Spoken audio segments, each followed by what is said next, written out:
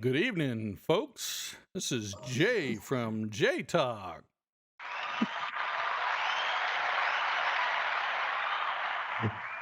And of course, we have our wonderful co host, Mr. Misbehaviorist, Nick from the Nick Drop.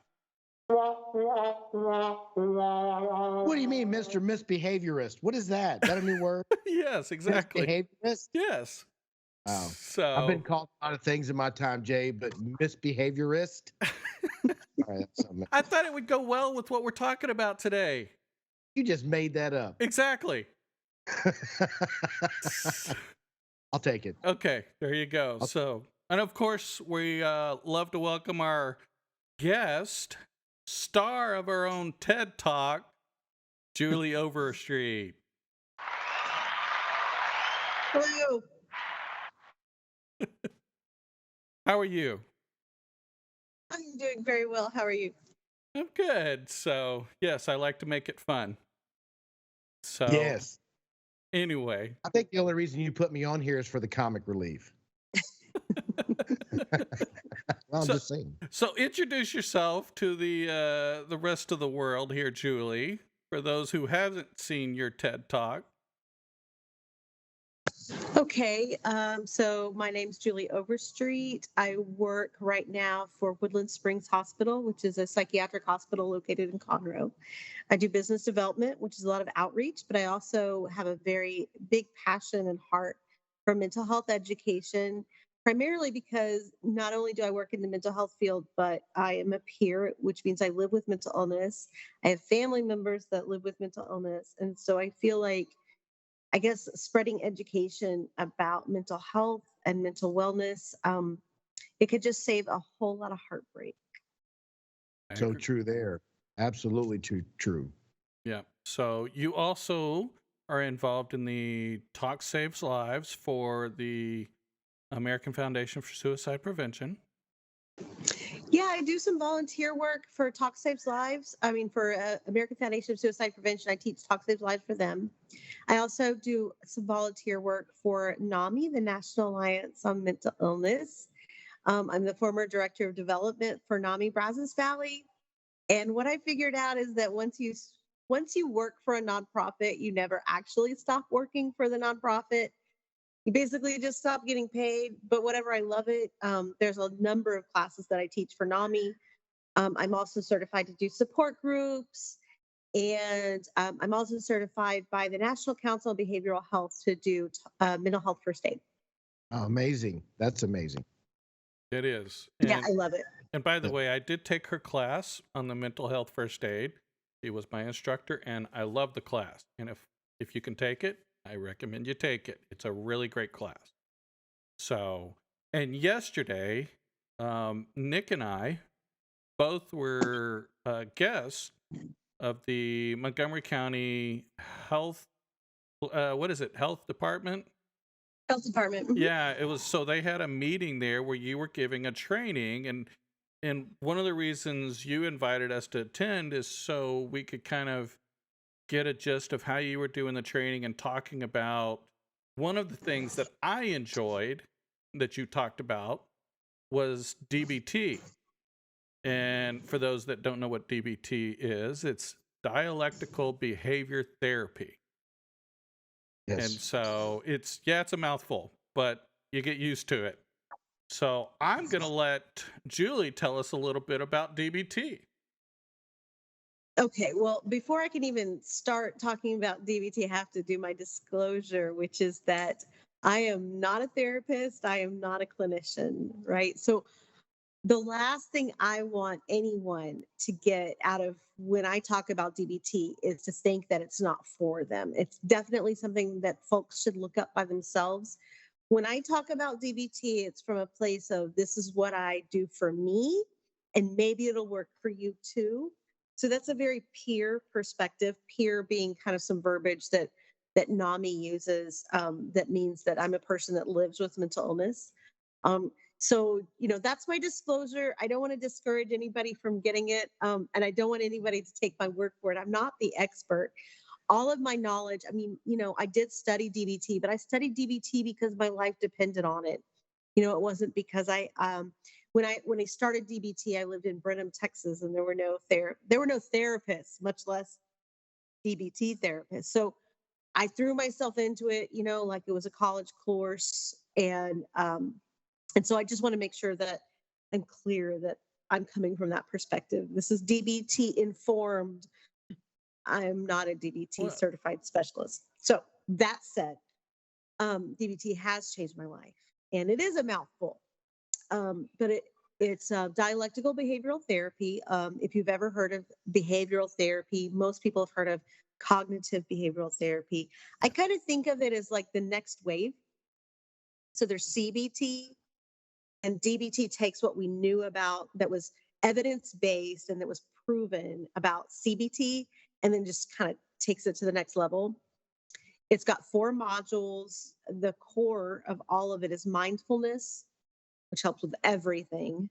And then Yes. you learn distress tolerance, which is, I don't know, I think of it like how to get through. It's skills to help you get through 15 minutes, not long term. Just what can I do right now in order to get through the next 15 minutes without hurting somebody or hurting myself? So that's the second module. The third module is emotional regulation, which is kind of like managing my emotions over the long run. And then the final module is interpersonal effectiveness, which is how do I get what I want out of my relationships? Right. And so when you learn DBT, it's like when you learn mindfulness, what I've come to find is you can learn it, but then it's almost like peeling back layers. You keep revisiting it and you learn it deeper and you learn it deeper. like an You onion. revisit it. Yeah, Okay. totally. So that's kind of the basics. It was invented by Marshall Linehan back in the 70s. It's one of the newer types of therapy, but it's very evidence-based, and it's actually being shown to help with a number of different disorders, such as borderline personality disorder, which is what it was invented for, but also for everything from PTSD to suicidal ideation to self-harming, which aren't disorders, but it's effective towards those ways of acting out. As well as ADHD. Yeah, I mean, honestly, yes, ADHD, OCD. There's a new kind of, I mean, I don't want to go off, but there's a new kind of DBT called RO, or radically open DBT, that's more effective for some types of anxiety disorders like OCD. So, I mean, so far, I don't know of any disorder that's not helped at least somewhat by DBT. It's really incredible. I honestly, I think everybody would be helped by it, whether you have a disorder or not. These are kind of I was just like about life to say that. skills. I was absolutely just about to say that this segment or this DBT, the little that I have gotten into it since I met you yesterday or the other day, was this isn't just for a certain people or person or type. Everybody can benefit by at least understanding it even a little bit. So I Yeah. was like, oh my, I mean, Jay even said he's like, Nick's bouncing off the walls. He's 10 foot tall, running down the, because I was excited. Oh my God. This is the thing that, I mean, even dealing with my kids on a day to day. And my youngest is 20 now, and he's Yeah. had struggles and he's back living with me. And of course, you told the story about the dishes. Well, I mean, it was to the letter what you talked about. I'm sure we'll talk about the show again today, but I responded to him almost exactly the way I should have, thinking that I've studied this forever. And I was so proud of myself for that quick 5 minutes. That's why I was 10 I foot. mean, what's so crazy about it is that what in my experience, and I've done some coaching on DBT, again, not a therapist, just at the peer level. And it has made a huge difference just in the little that I can impart to folks immediately. It's the kind of thing that you could immediately apply once you just get the basics of it. Just understanding things like how to respond to people, just to de-escalate them. Understanding validation, things like that. It absolutely makes a difference. I met with a woman back when I worked with NAMI, who she was actually a teacher at the DAEP in the ISD that NAMI was contracted to to work with. And so I met with her separately because she was like, I know you're teaching the students and the teachers this, but can you teach me some of this? I think it might help me with her son. So her son had a traumatic brain injury, and um and you know he had, I mean, you can imagine, he's in his 20s, he had his whole life in front of him. He was enrolled in at A&M, and he was in a motorcycle accident, Oh, and he lost so much of his physical abilities that now his mom had to help him with things like eating, right? And Man. he was understandably angry, mhm. Yes. right? Which makes sense. She was having a hard time over time connecting with him and having any sort of relationship with him because she couldn't figure out how to, and it was just tweaking how she was handling things, just tweaking it. Once she understood the background, the why he was responding and the how she could be more effective, it made like a day and night difference. And the next time that I went in for my regularly scheduled class that I was teaching at their DAEP program, she was just, Julie, oh my gosh, I have to tell you, they were building a friendship that they had never had because it'd always been mom and son before. Right. And now they were actually developing this real connection as a friendship. And it was something that she had never had before his accident. Just night and day. That was just after one class. Right. That's It's good stuff. See, I'm sorry, Jay, I didn't mean to cut you off, but no, go ahead. that's one of the things that really got me excited because right now I'm reading a book on how to. Jay and I do a lot of talk about online dating and stuff like that, and it's a hindrance for us. And I'm finding out that the common denominator and all that is me. So I took a step back and started working on me. Well, this book that I'm reading, the basis of it is DBT. It's got to be. I mean, I Yeah. really want to ask the guy. Of course, I'm never going to get his attention because he's worth millions and all that stuff. But the guy that wrote the book, I want to go. Where are you getting your basis from? And I'll bet you anything he's going to say DBT because everything that he talks about is how to validate, de-escalate, and it was like that's why I was bouncing off the wall. I'm like, oh my god, I take this class before. I was so excited. Sorry, Jay. No, you're That's good. great. You're That's good. great. It's funny, but yes, that's what yesterday he was like. Whenever we walked out of the meeting, he was very passionate. He was very like, excited about everything he heard from you. And Mhm. that, of course, I had already heard a lot of it before, and I heard some of the stories you told. So for me, it was, yeah, this was great.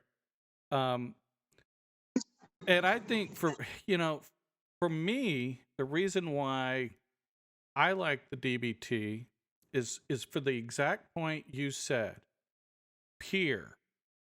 Here's the whole thing. We have friends, we have neighbors, we have family members who are struggling, may have lost someone to suicide, they may be struggling with mental health. Yes, they may need to see a therapist, but that therapist is not there 24/7. But Right. sometimes your peers are. And those Yeah. peers, if we can increase people's awareness and give them the ability to help their friends and family and do it out of love, I think it's important. So that's why I wanted to share this with anyone I could. Is that a fair point? Yes. Yeah, absolutely. That's absolutely right. And I think that so DBT, if you're actually doing DBT, you're plugging into it for at least a year. You have a therapist, you have a skills group. There's a lot that goes into it. So if you're somebody that is like me, that's living with a mental illness, particularly if you're living with something like borderline personality disorder, this is very, very effective. I think the effectivity rate is something like 70-80%. That said, one of the things that I love about one of the people that I follow, who's Dr. Frazzetti, is that he really took skills. And also, I want to mention NEABPD, the National Education Alliance on Borderline Personality Disorder. I've gotten so much out of them. But I don't live with BPD, but I have a close family member that does, who I love very much. So I'm coming, even though I'm a peer and living with a different mental illness. It's more medicated and regulated through medication. DBT is really integral for somebody that lives with borderline personality disorder. And any ABPD has classes and very peer reviewed, evidence based facts and resources for family members. So what I love about Dr. Fruzzati is that he really took DBT that was created for folks that live with mental illness, and he almost like turned the wheel and said, yeah, but if it's good for folks that live with it, how about those folks that live with somebody else that has the mental illness, or that is a loved one, or that is a friend to somebody that has a mental illness? And so while DBT is a very like it's an actual program that you have Right. to plug into, right? Anybody can get get skills training. Anybody can improve their relationships with their loved ones, with neighbors, with friends, with their people that they see at church, right? Through learning about mindfulness and learning about how to take care of themselves, regulate their emotions, and of course how to relate to other people. Right. No, I agree. And so let's talk a little bit about the mindfulness side of it, because you talked a lot about that yesterday. So let's kind of dive into that a little bit. Just give us a little bit on that. Okay, well, See, I so I love hearing you talk about it. So I'm gonna ask you. yeah, no, it's going to be different. You haven't heard this actually. Okay. This is actually, we talked about conflict resolution yesterday, and then my next presentation will probably be about mindfulness, but I'll give you some snippets. So in DBT, there's three different kinds of ways to practice mindfulness. The first way is the kind of way that you might think of automatically, and that's called observe. So observe is, your typical, let's, imagine that you're a feather floating down and you land on a river and the current is taking you, and these are your thoughts, they just flow. So observe is it's removing judgment, but it's also very present, and it's removing thoughts. So that's observe. That's your typical meditation. You could be staring at a candle, saying Right. whatever. Right. Okay, so that's one little. So the next one is called describe, and it's very similar to observe, except that you're putting words to it. So describe would sound something like, and it's non-judgmental. You're just describing the facts. In this moment, I am feeling an emotion of anxiety. My anxiety on a scale from 1 to 10 is at a 6. I'm feeling it in my gut. I can feel the tension. I can feel heat on my face. But all of those are just describing, right? That's the describe skill. Yes, ma'am. It's just describing. It doesn't have any kind of judgment to it. So the third type of mindfulness is called my mind just went blank. Participate. It's actually my favorite because I'm kind of a doer, Okay. right? And it's hard for me to like quiet my mind.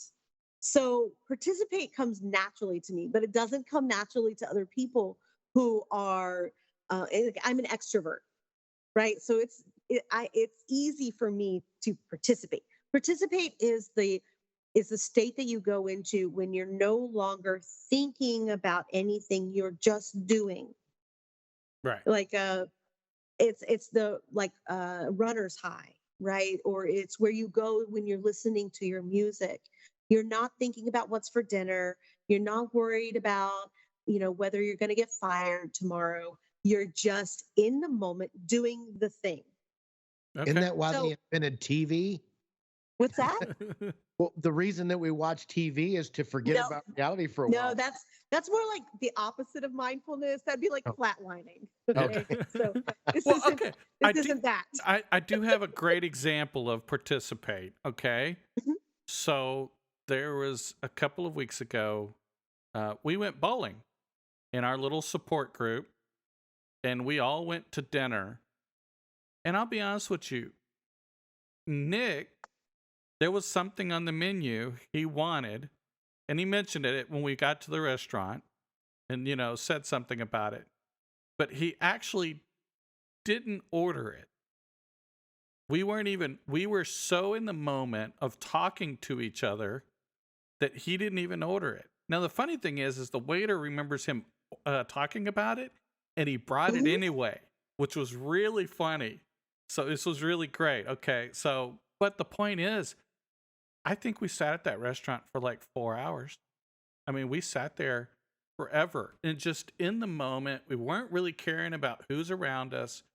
We didn't care about, I mean, we weren't even focused on the food as much because, I mean, I don't think we ate half of it, Right. which We're is really, talking. yeah. So, I mean, we were just sitting there and we were in the moment, four people just talking.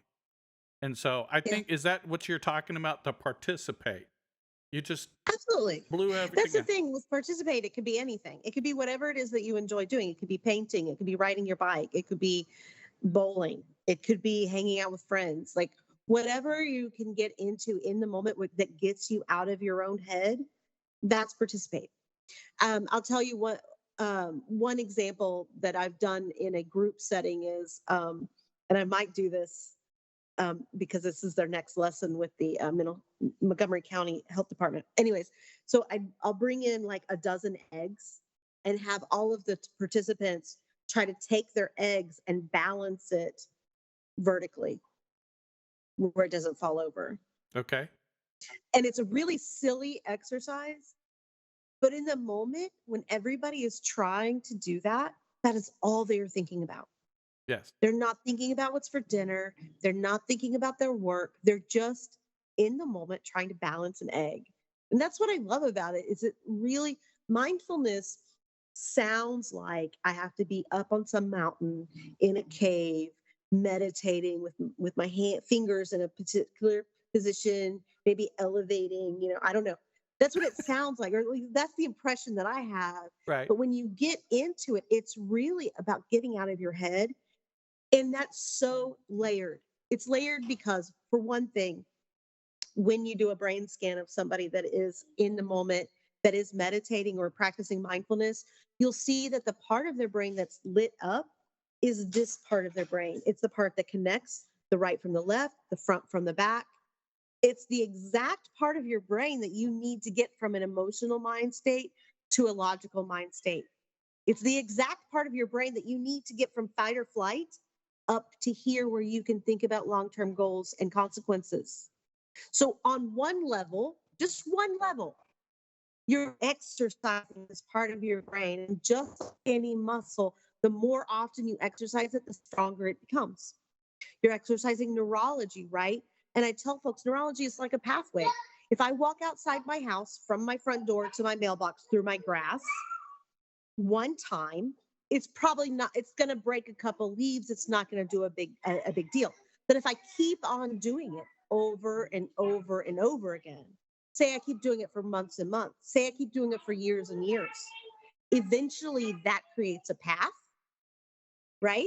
Yeah. And if I keep on doing it, then it becomes almost like a rut. Right. So we have ruts and ways of thinking already. Let's create this as a rut. Let's create a strong rut between our right brain and our left brain, between fight or flight and between a long-term goals and consequences. So that's just one level. That's two levels, I think. On a separate level, it gives us, I think of it as Buddhism has a phrase called taking refuge. Taking refuge. And what that means is just giving ourselves a break. Life is hard. Like, spoiler alert, we are going to go through grief Yes. and stress, trauma, all of those things. You can use mindfulness as a way to take a refuge, just take a break, give your brain just a minute to relax and not have to be logical and not have to be emotional, Right. but take refuge here and allow those other parts of you to restore themselves. So to me, mindfulness, I mean, yes, it is the cornerstone. It's the cornerstone to all of the skills, because when you practice it, what happens is, like, it's like a miracle, and it works almost immediately. I'm talking within 2 weeks. If you create a mindfulness practice every day for 2 weeks, I guarantee you'll see results. And the results are in every area of your life because it changes you. It changes your reaction to things, your gut reaction.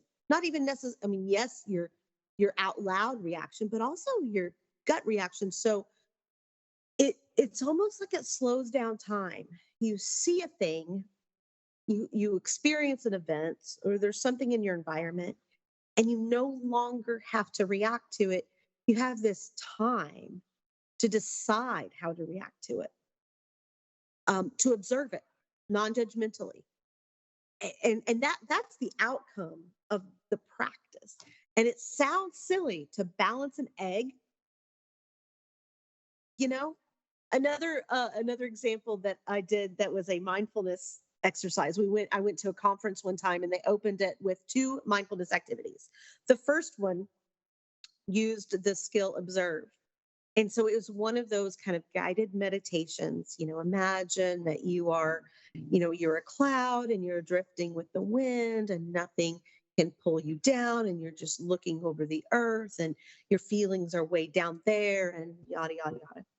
I'm not good at those. So there was that one that we started with.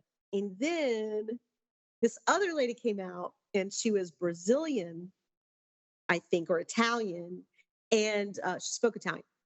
And she goes out and she's kind of in the middle. We're sitting here. She's in the aisle. And she's okay. Everybody has to stand up and they have to repeat after me, but they have to use the same hands, arm movements that I'm doing. So she gets in the middle and she says, okay. And she says something in Italian. I don't know Italian, but she says something like Rivederci. And we all had to stand up and say Rivederci, like really loudly and use the arm inflections and all that. That was an example of participate. It's letting go of your inhibitions and just being in the moment. Another thing that I'll add to this, so you can practice it just by being in the moment, whatever it is that you love to do. But what I will add to it is harder for me to sit and meditate. But because the participate comes more naturally to me, it's better for me to practice the one that's harder for me. Does that make sense? Yes. It does, because you talked about being an extrovert. An introvert Yeah. wouldn't have a problem of doing the meditation or just sitting and doing the egg. Yeah, that's tough for people that are extroverts. I got to get up. I got to do something. That makes sense to me. Yeah, because it's building neurology. And if I already have the neurology that's built that I can just, let go and make a fool of myself, then it's not building new neurology. But if I don't have so to me, what I have to practice, what comes naturally, and at the very least, I'm going to do something mindful every day as part of my practice. However, if I'm really going to lean into it and really going to do some exercise that's kind of muscle building, what I need to lean into is the more on the describe end. What somebody that is more introverted needs to lean into is the participate. It's the letting go of their inhibitions, letting go of their self-judgments, and allowing themselves to be in the moment. That's a fair point. That's a good one. Yeah. I'm sorry, Jay. I'm going to take over and keep talking. I just love this. No, go ahead. It's just stimulating. I'm backing away from my microphone. No. Come on, dude. You were very excited about this yesterday. So go ahead. I still am. I still am, because I think this is what everybody needs to know. Even on the lowest level, everybody needs to be aware of it. Yeah. And the people that are really struggling are going to go, you know what? Maybe I should get online and found out about this. So when I found out about it, I'm like, oh my God, as soon as I got home last night, I'm Googling everything and I'm reading, and I got back into my book after a short period, but it made sense. And I was like, all right, here we go. So I'm going to stop talking and let you talk, Jay. No. See, this is why I wanted Julie to come on, because I was excited when I heard about it. When I took the mental health first aid class, I was excited. I was, I thought it was a great thing. And I did a little research on the DBT. Of course, I've done some research. I actually loaned my mental health first aid book to my ex-wife so she could read some of it and, learn a little bit about it because, she's dealing with some mental health issues, and, family who deals with mental health issues. And I think it would be good for her. I think she should take the class. But, the point is exposure. If people have Yeah. never heard of it, then they're not going to be exposed to it. And I like some of the things you talked about yesterday, um, in the way, it was the fast and the other things that, help kind of what's in it for me, and the of course, the vacation example was my favorite example. I won't tell the story if that's up to you if you want to. But I mean, those types of things, all of those things, even on a base level, I like the fact that you said, and I don't know if people really registered yesterday. I hope they did. But this is something that we could teach our children, and as they grow older, they learn and keep these skills up, and then they teach their kids. And they're actually, folks. Yes, this is a program. I will agree, but some of the functions of DPT, some of the skills, I think are really base skills that every person should learn. I agree. So, Oh, I agree too. Yes. so The steak story was my favorite. The which story? The steak. Oh, steak story. Steak story. That was the Well, best. and we talked about a lot of the interpersonal effectiveness yesterday, and I can go into that, but the mindfulness is the core, and I didn't talk enough about that, I think, yesterday, because you talk about, Nick, you mentioned, with people who struggle, mindfulness is when you're in a moment of crisis, or your family members in a moment of crisis. Mindfulness is probably not the thing you're going to think of. It's really a preventative. right. You practice mindfulness, and everybody, people who are struggling, and family members, and even if you're not, because you don't know when you're going to struggle, and you are, spoiler alert, everybody needs to practice mindfulness every single day. Right. It is like sleep. It has to happen. It needs to happen. We have to create this neurology before we need it. And we've already got some, but some of us need more than others, right? And we don't know when we're going to need it. So you have to do that every day. So I would encourage anybody that's struggling right now to go ahead and start this, because it can be, for someone who's struggling, it can be refuge. And I want to say, when one of the hardest things I ever went through, one of the ways that mindfulness helped me was by helping me take refuge. And in that moment, and I know that people can relate to this, no matter what the circumstances are, in that moment, I didn't know how I was going to go on. I didn't know what tomorrow would look like. And I didn't even know if I wanted that version of tomorrow. And the way mindfulness helped me was, and I'll very specifically, what I engaged in was something called what I call Mindfulness Walk. And it is where I engaged my 5 senses.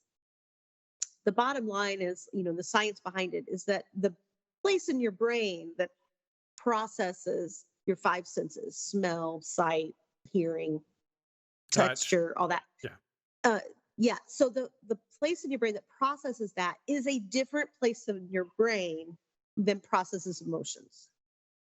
And so by engaging in your 5 senses intentionally, you are literally switching your energy and your oxygen, your blood flow from one part of your brain to another. You're shifting it like you're turning a switch. So actively engaging your 5 senses can be very helpful for folks that are in crisis in that moment, or who just need refuge. And what I do personally, and I do this almost every day as part of my mindfulness practice, but it very much helped me when I was in crisis too, is I'll go for a walk and I will just plug myself into the five senses. And when a thought comes, a judgment comes, a catastrophe occurs to me, I just shift my brain again into the five senses. And so, what does that look like? There's a 5, 4, 3, 2, 1 technique where you say five things I can see. Hey, Jay, what are five things that you can see right now in this moment? Five things I can see right now. I've got a video camera. I got a bass guitar. I've got my Lord J. Ramsey plaque. Of course, I can see you guys. And then, of course, I've got our podcast website up. Awesome. Hey, Nick, what are four things that you can touch and you have to touch them? I can touch my printer. I can touch my MacBook. I can touch my podcast board. I can touch a speaker, and I can touch my sunglasses. And Jay, what are three things that you can hear? Three things that I can hear. So I can hear your kids in the background every once in a while. I can hear planes overhead because I live near the airport. And then every once in a while, I'll hear my dog bark, even though thankfully it's muffled. Okay, so two things I can smell: my hair, my shirt. One thing I can taste is my coffee.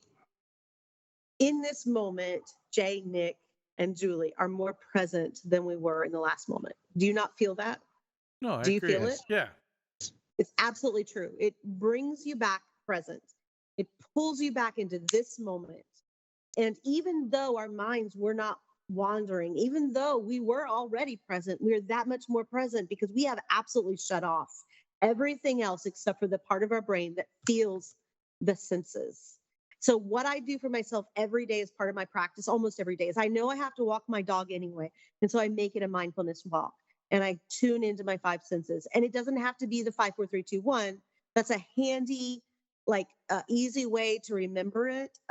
But for me, I'm very tactile. I'm very touch oriented. So what I will do while I'm walking my dog is just I will reach out and I will touch the side of the bridge that I'm crossing, and then I will notice the coolness and the smoothness, and then I'll compare that in my mind to the leaf that comes next with the tree that's dripping down, and then I will notice that to the tall grass that I can touch and the bark, and I just touch as many things and notice. Just pull myself into noticing and being curious about the textural differences in those. So it pulls you out of your emotions. It pulls you out of your brain. It gives you a break. And when you're in crisis, if there's somebody watching that is in crisis or that is dealing with something deeply emotional, that little break is refuge. Just to turn it off in a healthy way. Not in a, I'm just going to mindlessly watch TV, or not in a, I'm just going to drown myself in alcohol. It is a healthy way to just take a break for a moment, take a breather. And then when your problems aren't going away, when you go back to your problems, you're going back as a wholer person. And you might have a better realization, a more whole mind outlook on the situation that you're in. And that's what happened to me when I was in my last crisis. Is I just had to keep going back into my senses to get out of my field so that I could really see the whole picture and know, what the choices were that were in front of me. Right. So I wanted, like you talked to Nick about somebody maybe in crisis and needing this, and mindfulness seems so lofty and it seems so preventative. But it can also be something that we can use in a moment where we need it. We can pull from it. Right. See, and I was, Nick, can I share something about? Absolutely. Okay. Well, it's about Andrew. Yeah. Go ahead and tell us a little bit about, and this is kind of something I think might help Andrew. So go ahead and, because it takes him away from this and it may help him out. So, but go ahead and tell your story, man. My 20-year-old son, out of nowhere, probably 4 or 5 months ago, started having these anxiety attacks when he was driving. And they weren't just an anxiety attack.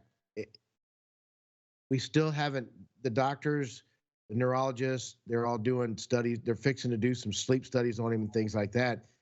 We can't decipher whether it's an anxiety attack, a panic attack, something, but his entire body will literally just lock up. And he says it's extremely painful. And he's gotten to the point now where he can tell when it's coming on, but most of the time that he has these attacks is in a vehicle. So we've been trying to determine, is it because you're in a seatbelt and confined? He has them more in a smaller vehicle than he does in my big truck. He's actually had him at work. He works at Waffle House. He's a chef. He's actually had him at work where he had to go in the bathroom and he literally he locks up. He just freezes. And when he comes away from that, he's literally exhausted because he was just as tense as he could possibly be. And nobody knows what it is. Yeah. They told him, okay, you're going to have to cut out, drinking and smoking, do whatever the bad things that he's doing. You need to eat better. You need to, Right. you start exercising, get Go to sleep study. Yeah. So he does on the 23rd. He's going to do a sleep study somewhere. The neurologist has got him doing that, and of course they have him on some antidepressants, and they're trying to balance that out because there's some that he don't like, that kind of thing. So they're trying to figure all that out. So we're kind of in a day-to-day with him. I used to love it. I'd say, hey, son, here's some money. Go to the grocery store and get us some groceries while I'm cleaning the kitchen or cooking. So we were going two different directions, and we can't do that anymore.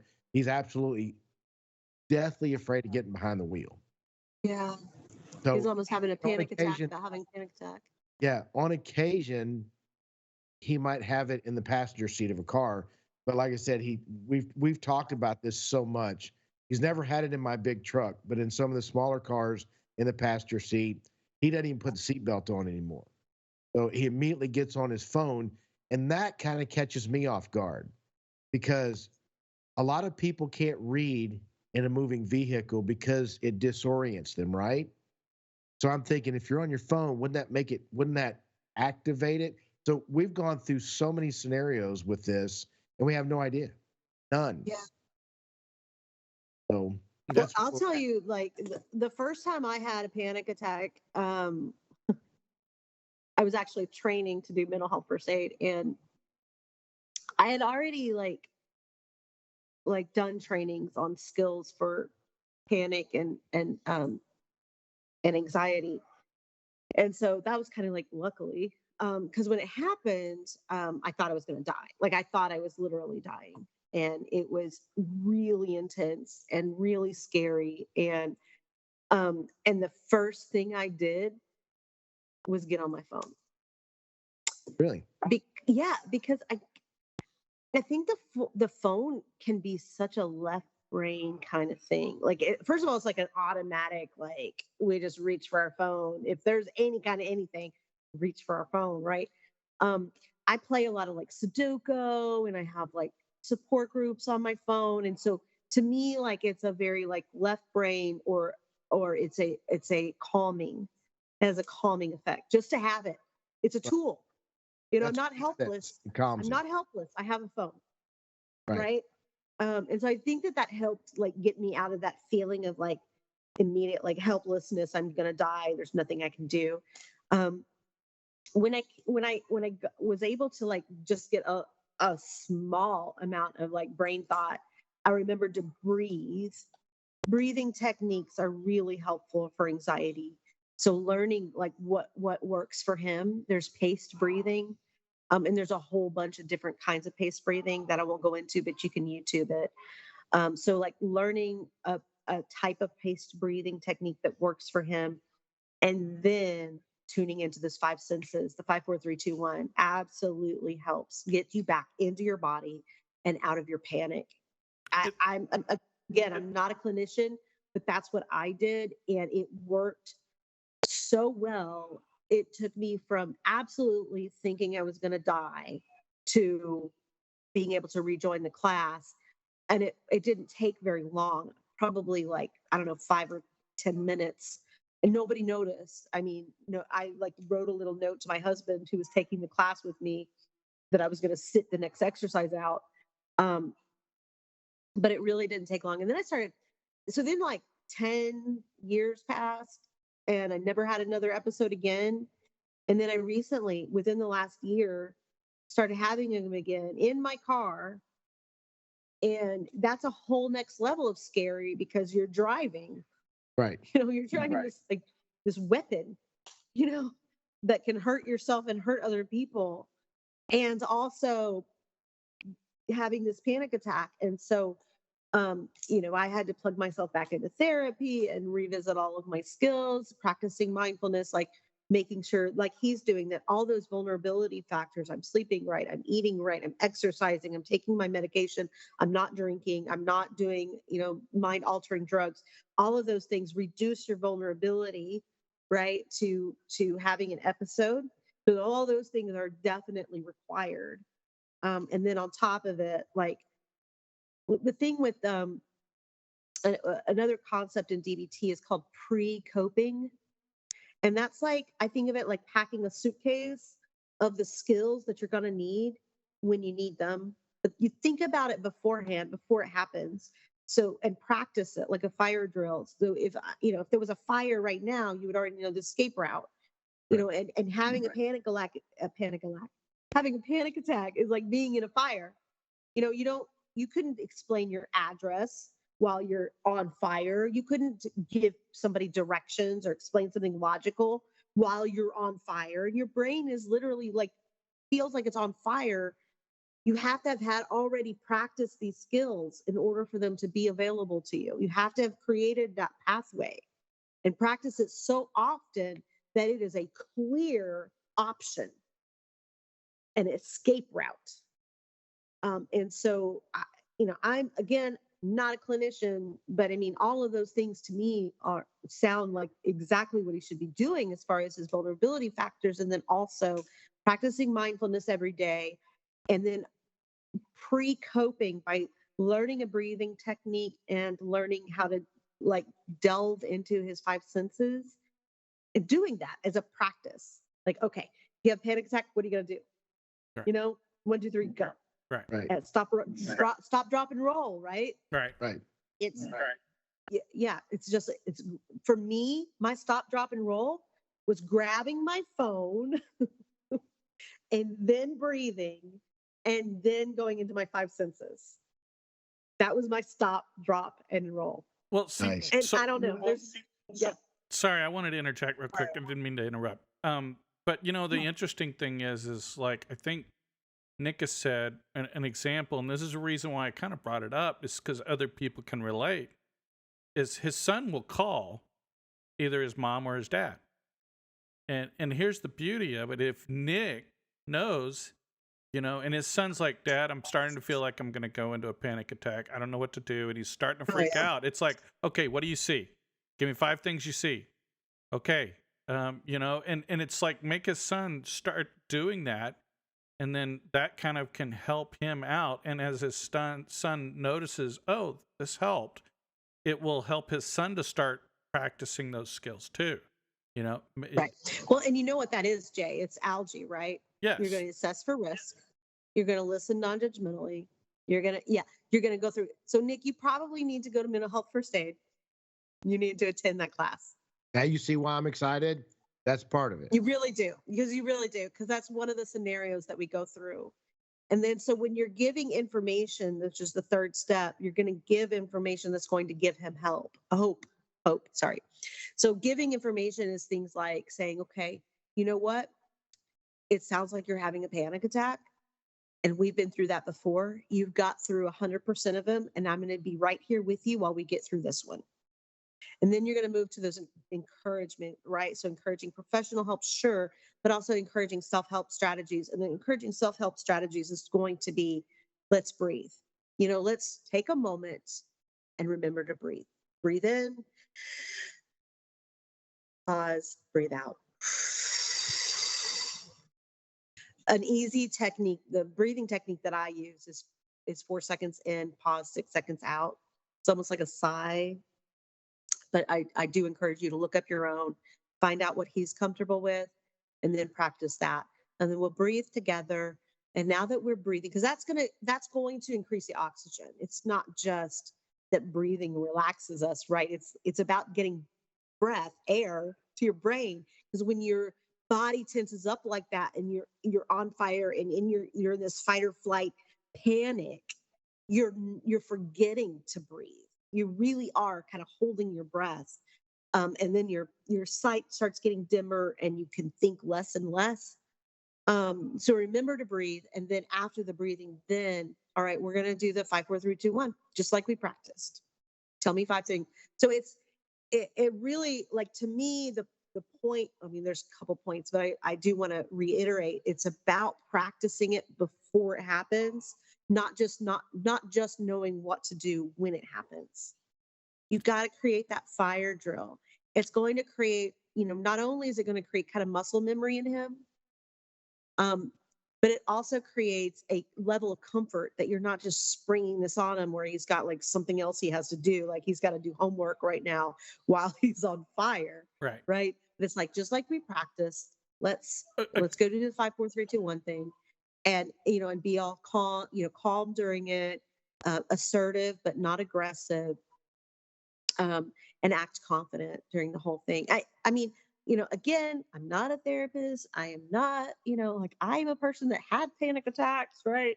And this helped me. Maybe it'll help him too. But I do think that with anything that is anxiety related, learning to breathe and learning to get back into your physical body through your senses is super effective. It's helped my daughter with her test anxiety.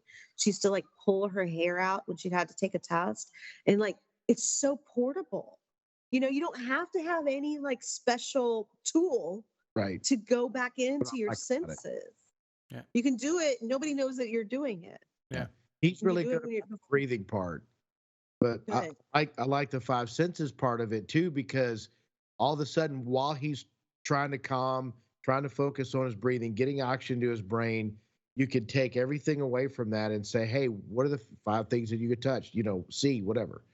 Yeah. direct the oxygen away from his emotions and into this place that's very mindful and very in his body. Right. And so, Mhm. so it's developing the skills, which you've talked about. That is a really key point. And so, for example, Nick, if I was you, this is just you do how you want. But I know right now you're picking him up from work, but maybe while you're driving home from work, okay, hey, dude, what's 5 things you see? Yeah. What's 4 things you can touch? What's, 3 things you can, but if you start that kind of, and then he starts thinking about it and you talk to him about it, I think, that's the development of skills. And as a parent, I always want to help my kids develop skills that are going to be beneficial. Right. Starting that habit in a vehicle may make him just do that every time he gets in a vehicle, no matter what. It becomes body memory. Yep, Yep. absolutely. Muscle memory. Yep. And then, add to that the fact that we're creating neurology. You're not just practicing random skill, you're creating a pathway from an emotional mind over here to a separate place. And eventually your brain gets it. And it doesn't have to practice 5, 4, 3, 2, 1. It's an automatic, oh, there's a pathway. Let's go this way. Wow. Thank you. I'm not cutting us off. I'm just saying thank you, because that Oh, is yeah. some good stuff that I need to help and work with my son on, to try to figure out what's going on. We have no idea what's going Absolutely. on. Well, and that's what the professional's for. But Right. as a father and a peer supporter, you need to keep him safe until that professional can figure out what's going on. And I think Right. that's the important part of the first aid class that we took, analogy and all that. It's the peer, it's in the moment, making sure they don't hurt themselves or hurt other people. The professionals are there to treat, diagnose, and all that. We're just there to help them out in the moment. And that's Right. the key. This is great Yeah. stuff. Would you agree with that, Julie? Yeah, I think that's exactly right. So, Yeah, the professional can get to the bottom of it. They can do the sleep study. They can find out that he's I don't know what's happening in his sleep, or they can find out that there's something going on, or prescribe some kind of medication that's more permanent. But in the meantime, these are skills that, that we use not just for helping our loved ones, but also for ourselves. It is stressful having family members that have mental illness. And when you talk, so we've taken it to the point of like, this person's in crisis, but also it's important to point out that we have to maintain our own mental health in order to be there for our loved ones. And mindfulness is the kind of thing that helps everybody. Right. Yeah. Yeah. Awesome. Self-care. You can't take care of somebody else if you don't take care of yourself. That's true. Mental health, self-care. Yeah. Yeah.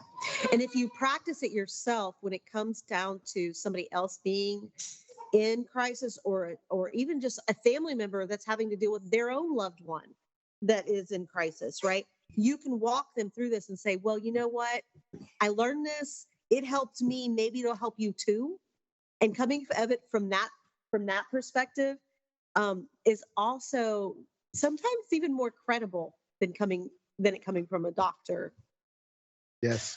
Trust. It is. Trust. I think, yeah, Very much trust. so. Yes. Yeah. 100%. So cute Good kid, stuff. by the way. Yeah. Thanks. To be in show business. That's what I'm talking about. That was me back when I was a baby. Yeah. I was running in front. Oh, he is going to show business. It's Yeah, ridiculous. there you go. Let him have his fun. Yes, It's we're all awesome. good. Yeah, we're all good. Yeah. Yeah. Yeah. With that. Can you say hi? Hi. Hi. So, So yeah, see that's good stuff. I want to work with my son on, 'cause I'll get calls quite a bit from him. They've been so sporadic that I can't help it. It really is. Yeah. When he calls, I just try to get him, hey, you're pulled over, where are you at? Take a deep breath, listen to, I'm on my way to get you, and I'm talking, not panicking. I'm jumping up, throwing shoes on, running out the door, but my voice is very calm because he's already amped up. I don't want to get it anymore. Yeah, absolutely. Yeah. Okay. No. how you doing? So, Mhm. You think so, Victor? Victor agrees. Yep. There you go. There you go. Deal. So I really want to say I appreciate it. We're going on about an hour right now, so we probably should wrap up the show. I do want to say thank you because I was passionate. Well, I'm passionate about mental health, and Yeah. we all have our own reasons. But I really appreciate you coming on and talking about this because I really do think there's some fundamental, basic skills that everyone should know. Yes. And it's just for peer support in itself. Even if you don't live with someone who has mental health, I think there's still really good key skills that everyone should have. Yes. And Yeah. and just based on what I know, I mean, and I'm like you, I mean, you know it way better than I do, but just based on what I've learned, I can see the value in everyday life. And I think that's important. That's why I wanted to have you on the show. Yes. So I'm right there with him. I want to thank you too. I really appreciate this. This is great stuff. It's great. Oh, you're very welcome. Thank you. Thank you all for having me. You're welcome. Thank you all for your passion and helping folks that are struggling. And that's everybody. That's what people that don't have mental illness too. Everybody has mental health struggles at some point in their life. Oh, No matter what. Yeah. We all do. We all do. And so, any final comments that you want to share with the crowd? I guess, if I was going to make a final statement, I would like to repeat the importance of self-care, because I don't think that we can say it enough that you guys, you're both givers, you're both carers. Otherwise you wouldn't be doing this. Thank And you. I think that's probably true for a lot of your viewers. is also that they're carers, they're supporters. And what I know about carers is that they find the energy to give to other people, and they don't always find the energy to give to themselves. And so, it's not just that you have to, have something in order to give, right? You have to take care of yourself in order to give. But I would also suggest that you also have to model what that looks like. Like, you are the example, Jay, Nick, you are the example of what it looks like to have self-care. And everybody that's watching you, and anybody that, including your family members, they're all looking at you as that example. And so whatever that looks like, and I would hope that maybe after today, what that looks like is mindfulness every day at the bare minimum. Add mindfulness to your regime. And I think that you can come back in 2-3 weeks and talk about how that helped. Do a show on self-care in 2 or 3 weeks and talk about how introducing mindfulness every day has helped you. Okay. Yeah. We have done an That's your episode. homework. Yeah, I just Yeah. gave you homework. Thank you. we did an I'm episode gonna on get an A. self-care, by the way. We did do an episode, and I actually Okay. pulled out the book from and just Yeah. went through the chapter on self-care, and when I pulled out some information off of one of the National Institute's website, and we just talked about Uh-huh. their kind of suggested, and we told everybody this is where we got the information from. This is nothing that Yeah. Yeah. But I think that's a great point. We've done reactionary videos for other things. Maybe we'll do a reactionary, video podcast about mindfulness, and we'll start trying to practice some of that. And maybe Nick can share with us maybe if some of those things are helping with his son. I would love that. Yeah. That would be great. Yeah. So thank you. That's a good challenge. We'll take you Thank up on you. that challenge. Very much so. I love it. Awesome. Love it. Love it. Yep. So Nick, any last final thoughts? I don't, brother, but I always love you. Yeah. I love you too. And folks, of course, we always love our fans. We hope you enjoyed the information. It was really great. And we think everyone could benefit. So, keep listening and keep following.